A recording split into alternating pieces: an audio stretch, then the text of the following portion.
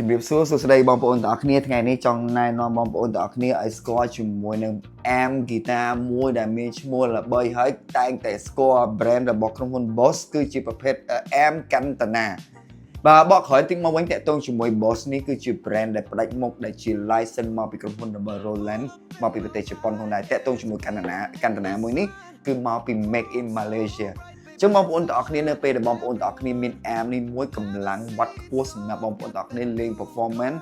event gig ឬអីផ្សេងៗគឺត្រូវមកតែម្ដងអ្វីដែលឆ្ងាញ់បំផុតហ្នឹង amp ហ្នឹងគឺមាន the resound modulation effect សម្រាប់បងប្អូនទាំងអស់គ្នាមិនត្រូវការ effect ទេចឹងបងប្អូនគ្រាន់តែជឿទៅមាន remote ឲ្យបងប្អូនមកឬក៏បងប្អូនត្រូវការ remote ដែលវែងមាន slot ច្រើនសម្រាប់បងប្អូនប្រើប្រាស់ហើយក្នុងហ្នឹងសម្រាប់បងប្អូនទាំងអស់គ្នាអាច save អាច edit បានទៅដល់4 channel តែម្ដងក្នុង channel នីមួយៗបងប្អូនទាំងអស់គ្នាអាចយកប្រើប្រាស់ឬក៏បាយផាយបានតាមចិត្តរបស់ខ្លួនឯងទាំងអស់ហើយក្នុងហ្នឹងក៏មាន console ជាច្រើនតាក់ទងជាមួយ effect delay reverb modulation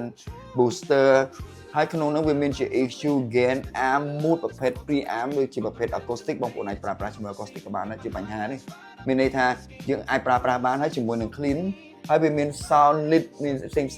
សម្រាប់បងប្អូនទាំងអស់គ្នាជាច្រើនដល់ពេលបងប្អូនសេរីហើយអត់ពេញចិត្តឲ្យបងប្អូន save ធ្វើវាជា daily sound បំបីទៅ remote control ដើម្បីឲ្យយើងលេង live ផ្ទាល់យ៉ាងងាយស្រួលតែម្ដងហើយកន្លែងនេះបងប្អូនអាចផ្លាស់ប្ដូរ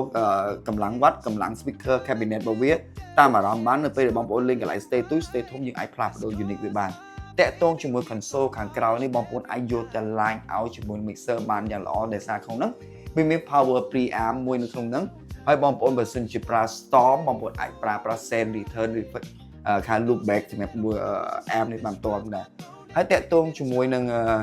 power របស់វាគឺវាប្រើភ្លើងយើងទូទៅ